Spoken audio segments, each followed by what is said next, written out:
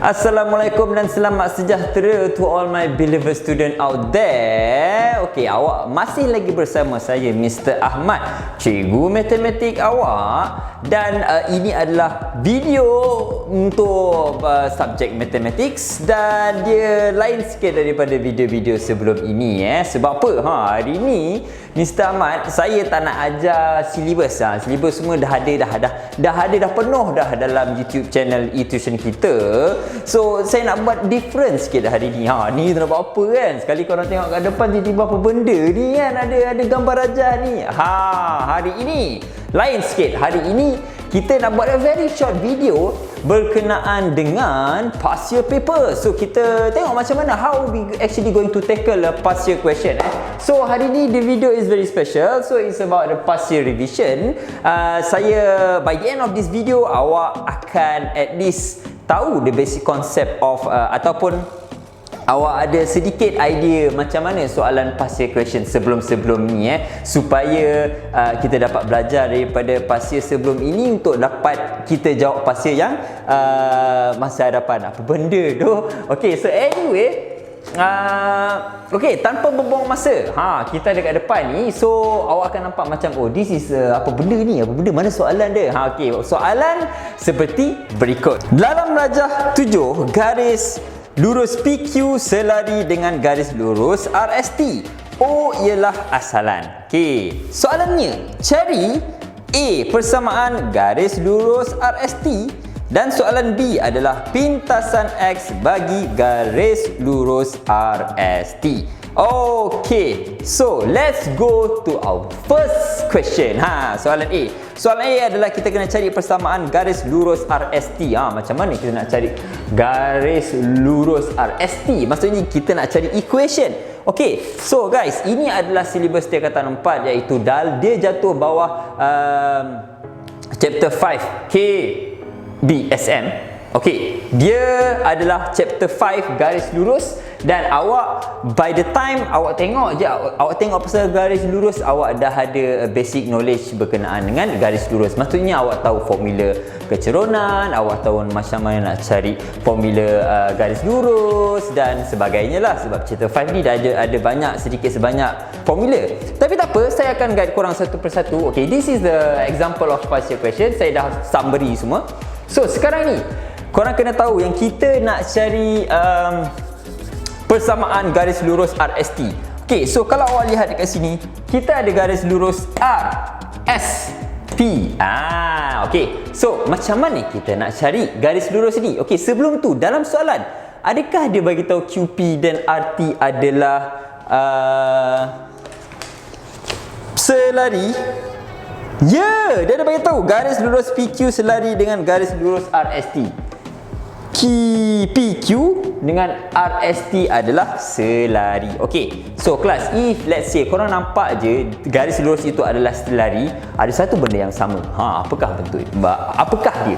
First adalah korang kena lihat yang kalau selari, kita boleh lihat garis lurus itu di arah yang sama ataupun dia tidak bersentuh antara satu sama lain, ataupun kita panggil dalam bahasa Inggeris dia adalah parallel macam ni. Okey, so apabila bentuknya adalah sama, yang kedua benda yang sama adalah nilai keceronan dia sendiri. Maksudnya dia punya nilai M itu akan sama. So kalau awak lihat dekat sini, kalau kita nak cari RST, persamaan RST, awak kena ingat dalam kepala yang formula.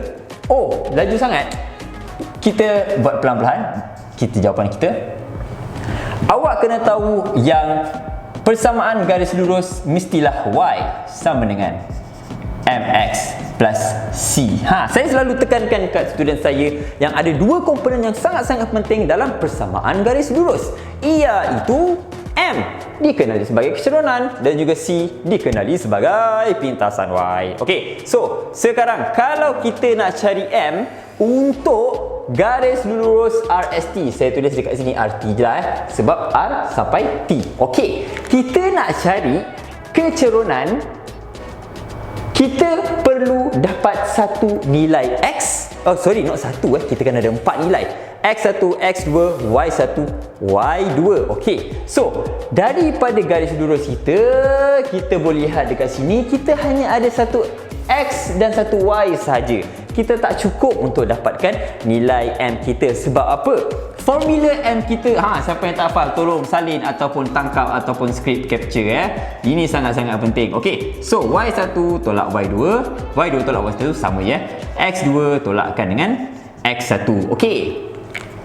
So kelas, ini adalah formula untuk kecerunan. So kalau awak dapat nilai ini, so awak boleh masukkan dalam persamaan. Okey, so soalannya, Mr. Ahmad, macam mana kita nak dapatkan nilai kecerunan ini? Okey, kecerunan ini awak boleh dapat daripada yang sana mesti ramai yang dah tahu. Kita boleh dapat daripada garis PQ. Sebab apa? Sebab kecerunan PQ dan kecerunan RT, awak kena tahu dia adalah sama. Sebab apa dia sama, Mr. Ahmad? Sebab dia adalah selari. Okay, this one everyone knows. Okay, next kita perlulah masukkan nilai Y2, Y1 bahagi dengan X2 dan juga X1. Okay, so kita masukkan nilai. Okay, kita nak cari M untuk garis lurus RT. Kita dapatkan daripada MQ. Y1 saya ambil 10. Y2 saya ambil 5. X1 saya ambil 1. X2 saya ambil negatif 4. Jangan silap di sini sebab negatif dengan negatif boleh jadi positif. So, daripada sini kita boleh dapatkan nilai kecerunan kita. Okey, 10 tolak 5 dia adalah 5. 1 tambah 4 akan dapat 5. So, kita boleh lihat dekat sini, nilai kecerunan untuk RT adalah 1 sahaja. Okey, dah dapat dah nilai M kita. Okey, so, lagi satu komponen penting adalah C. Macam mana kita nak dapat C? Okey, sangat-sangat senang. Kalau kita nak carikan C di sini, benda pertama yang awak boleh guna adalah sebenarnya koordinat untuk S, sebab dia melibatkan R, S, T. Maka S ini awak masukkan dalam persamaan garis lurus kita yang asal. Okey, mesti semua confuse, semua akan cakap, macam mana nak masuk? C kita tak dapat, C kita tak ada kan? Okey, awak relax, jangan kelang kabut. Y dan X ini awak boleh ambilkan nilai daripada garis RST. Kalau korang confused, okay, let me show you the way of success. Okay, so sekarang ni YRT kita tahu Y dia adalah 5. So maka saya masukkan nilai 5 di dalam persamaan. Okay, saya tulis supaya awak nampak dengan lebih jelas. Masukkan nilai Y dan juga X untuk RT dalam persamaan garis lurus. Begitu. Okey, so sekarang ini kita masukkan nilai Y kita adalah 5. M kita adalah 1. X kita adalah 4. C kita adalah tak tahu, sebab C ini yang kita nak cari. Okey, so selesaikan, kita akan dapat 5 sama dengan 4 tambah C. Dan nilai C saya adalah sebenarnya 5 tolak 4. Maka C saya adalah 1 juga. Nice. Okey, macam saya cakap, nilai M ini dan nilai C ini sangat-sangat penting untuk awak tuliskan ataupun awak dapatkan persamaan garis lurus RST. Okey, so jawapan kita yang terakhir, jangan tinggalkan nilai M dan juga C, masukkan dalam persamaan dan kita akan dapat nilai. Jap, saya tengah buat soalan A kan, jangan kelang kabut. Okey, ni soalan A. Okey, maka di sini awak boleh lihat persamaan garis lurus RT adalah Y sama dengan M1, tak payah tulis, X tambah 1. So ini adalah jawapan awak yang terakhir untuk garis lurus RST. Senang tak? Okey, so garis lurus adalah saya punya topik yang saya sangat-sangat suka. Sampai saya masuk universiti pun saya suka tengok garis lurus. Sebab apa? Sebab kita manusia, kita perlu menuju ke jalan yang lurus. Okey, so sekarang ini kita pergi kepada soalan B kita. Soalan B kita tadi adalah, saya dah lupa, kita tengok. Soalan B kita, dia tanya pintasan X bagi garis lurus RST. Oh, garis lurus RST. Dia nak cari pintasan X. Okey, jawapan untuk B. Pintasan X garis lurus RST. Okey, macam mana kawan-kawan kita nak cari? It's quite easy. Okay, pintasan X bagi garis lurus RST. Okay, student, everyone, kawan-kawan, please remember, apabila garis lurus itu pintas pada Y, nilai X akan kosong. Dan apabila garis lurus itu pintas paksi X, Y akan kosong. Saya sebut benda betul ke? Bagi harap betul. Okay, so sekarang ni, apabila kata pintasan X garis lurus RST, maka nilai Y saya mestilah jadi kosong. Okey, apabila Y awak sama dengan kosong, apa yang awak perlu buat adalah kita masukkan nilai Y kita bersamaan dengan kosong di dalam persamaan kita yang kita baru dapat dalam soalan A tadi. Okey, so Y sama dengan X tambah 1. So, kita masukkan dalam persamaan Y kita adalah kosong, M kita masih tak berubah, tinggal X kita tambah 1. Maka awak dah boleh nampak dekat sini, pintasan X saya adalah negatif 1. So inilah jawapan untuk soalan B kita, which is quite easy. Soalan macam ini selalunya dia adalah 4 ke 5 markah. So boleh ke saya cakap X sama dengan negatif 1? Logik ke dalam gambar rajah kita? Okey, kalau awak lihat dekat sini, ini adalah side positif, ini adalah side negatif. So saya punya negatif 1 berada di sini. So di bahagian negatif, maksudnya jawapan saya logik dan boleh diterima akal. Okey, so itu saja untuk partial revision for garis lurus. So kita pergi to our next question, which is saya akan masuk kepada bulatan. Bulatan nama yang gagal. Okey, jom. Okey, kelas. Second question, partial. Bila dah nampak bulatan je, takkan dia kena mengena dengan trigonometri. Mestilah dia kena mengena dengan bulatan. Okey, so jom kita go through the question dulu. Soalannya seperti berikut.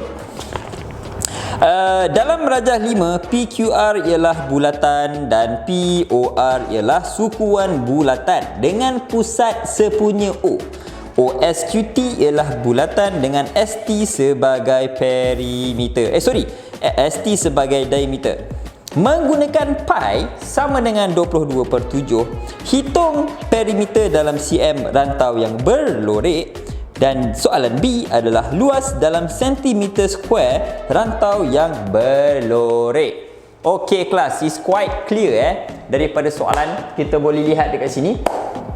Dua benda je soalan nak. Soalan itu mahukan perimeter, yang kedua adalah sebenarnya luas. Okey kelas, so everyone knows, semua tahu yang perimeter itu adalah apa-apa yang mengelilingi bentuk itu sendiri, bulatan ke, petak ke, segitiga ke, whatever kan. Okey, daripada kita punya soalan ini, apabila dia kata perimeter yang merangkumi hanya di kawasan yang berlorek, maksudnya saya boleh tanda di depan. Okey, awak boleh betulkan saya kalau saya salah.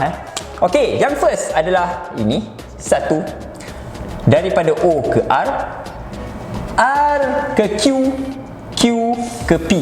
So ini pun kita kena cari, PO pun kita kena cari, dan OSQ kita kena cari, OTQ pun kita kena cari. So kita listkan satu-satu macam mana kita nak dapatkan setiap sisi-sisi itu sendiri.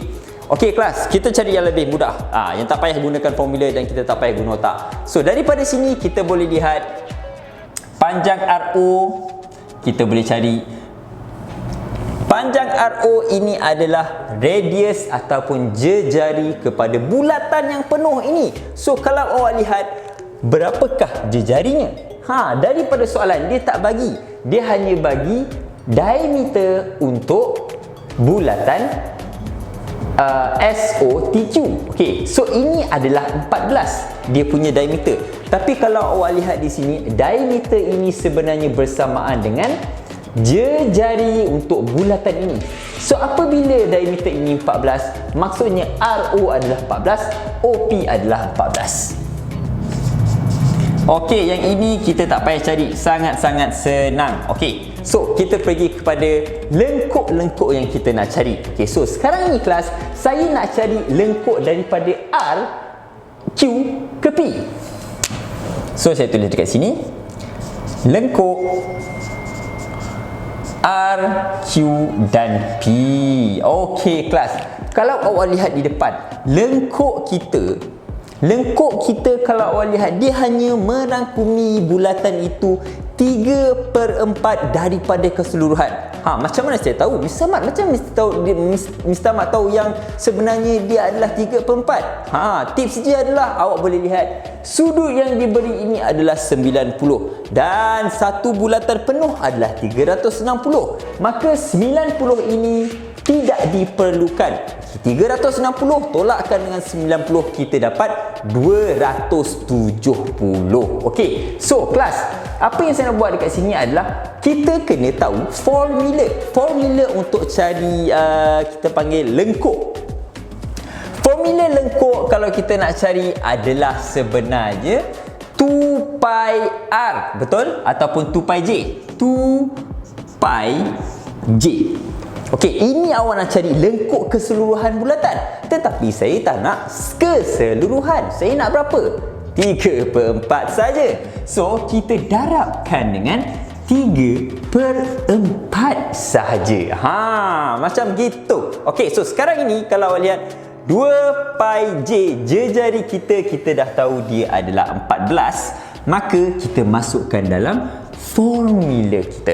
So, sebab pi dalam soalan dia bagi dalam nilai 22/7 dalam pecahan. So, awak hanya ikut saja. So, kita akan 2 darab 22/7 darab jejari darab 3/4. Macam tu. Betul setuju? Okey. So, daripada sini awak boleh kirakan kalkulator. Saya boleh carikan kalkulator di sini. Okey.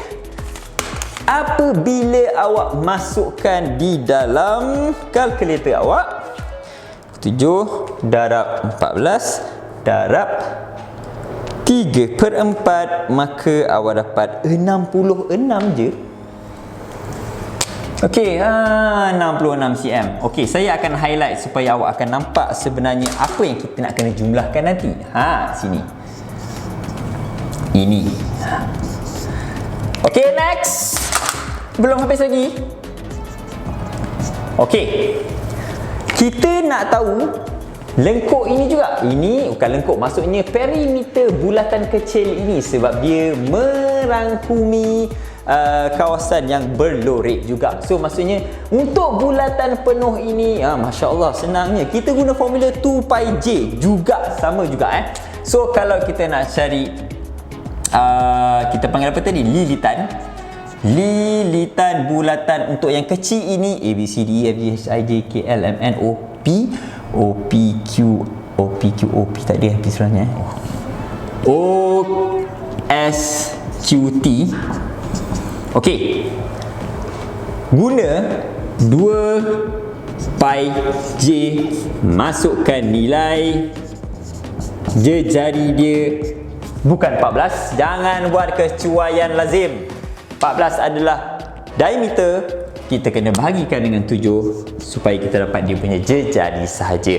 So, bila awak tekan dalam kalkulator 2 darab 22 darab 7, 2 darab 22/7 darab 7, awak akan dapat 44 cm. Okey, 44 cm ini adalah untuk information kita lilitan OSQT, iaitu yang ketiga. Okey, so kelas, Jangan berhenti dekat sini saja. Jumlahkan kesemuanya, maka jawapan awak yang terakhir adalah 14 cm tambah 66 tambah 44, dan yang terakhir sekali jawapan awak adalah 14 campur 66 campur 44. Saya dapat 124 cm. So ini adalah jawapan saya yang terakhir untuk soalan A saya. Okey, so it's quite easy. Bulatan sangat-sangat senang. Kalau awak faham formula, awak tahu nak gunakan formula, jangan sesekali confuse dengan luas punya formula dan juga lilitan punya formula. Okey, itu dua tu je selalunya kita akan selalu mainkan. Okey, tanpa membuang masa, kita pergi kepada soalan yang kedua, soalan B. Okey, soalan B saya pecahkan dulu. Soalan B kita adalah dia nak dapatkan luas kawasan yang berlori. Okey, so it's quite easy. The tips is senang je. Cara dia adalah awak jumlahkan semua. Maksudnya awak cari luas keseluruhan bulatan ini dan awak tolakkan dengan kawasan yang tidak berlorek yang pertama dan tolakkan kawasan yang berlorek yang kedua. Okey, so soalannya, macam mana kita nak cari luas keseluruhan bulatan ini? Menggunakan formula pi j kuasa 2. Okey, so kalau saya nak cari bulatan penuh punya formula, luas bulatan besar. Saya cerita saya tulis besar lah. So dia adalah pi j kuasa 2. Pi adalah 22/7. Darab dengan jejari kita adalah 14 kuasa 2. Dan awak akan dapat tekan dalam kalkulator awak 22/7 darab 14 kuasa 2. Dan saya dapat luas itu adalah 616 cm kuasa 2. Okey, so saya highlight kat sini sebab kita nak guna lagi lepas ni dengan color merah. Okey, macam saya cakap, luas ini perlu ditolakkan dengan kawasan color putih ni. Okey, so kita cari yang ini lah, bulatan kecil dulu. Luas bulatan kecil guna formula yang sama, pi j kuasa 2, tetapi jejarinya sekarang adalah 7 kuasa 2. Dan apabila saya tekan dalam kalkulator, saya dapat 22/7 darab 7 kuasa 2. Saya dapat 154 cm². Okey, saya highlight lagi yang color merah sebab yang ini saya nak pakai. Ini cara saya buat jalan kerja. Sebab apa? Sebab sebenarnya kalau saya highlight ni, kalau saya tak highlight, selalunya jalan kerja matematik dia banyak gila. Sekarang awak nak cari, awak yang lost. So kalau awak mempunyai color yang berbeza, senang je mata awak untuk tangkap. Sebab mata kita memang dicipta untuk cari benda yang lain. Itu sebab kita cari isteri yang berlainan. Okey. So anyway, yang ketiga, ini adalah suku daripada bulatan yang penuh. Apabila suku, suku ini sangat-sangat senang. Di mana suku ini saya boleh cari luas dia daripada, awak tahu besar dia adalah 616, betul? So suku luas bulatan besar, saya hanya ambil 1/4 daripada luas keseluruhan. Saya akan dapat, tekan dalam kalkulator, 616 darab 1/4. Saya akan dapat 154 juga luas dia. Sama dengan yang atas. Okey, so kelas, kita dah dapat semua information ini. Sekarang apa yang kita perlu buat adalah awak perlu ambil luas bulatan besar Oh mak, tak ada marker. Luas bulatan besar adalah 616. Sorry, takut korang confuse. Saya tulis dekat sini kawasan yang berlorek saja adalah awak ambil kawasan luas yang besar 616 tolakkan dengan 154. Itu adalah bulatan kecil, kita tak perlukan. Dan juga suku luas bulatan besar pun adalah 154, kita tidak perlukan juga. Dan apabila awak tekankan dalam kalkulator, 616 tolak 154 tolak 154, so saya akan dapat luas untuk kawasan yang berlorek adalah 308 cm². So ini adalah jawapan untuk soalan B kita. Ini adalah jawapan yang terakhir ya. So awak dah nampak senang kan sebenarnya soalan pasir ni. Dia jadi susah sebab apa? Sebab korang malas.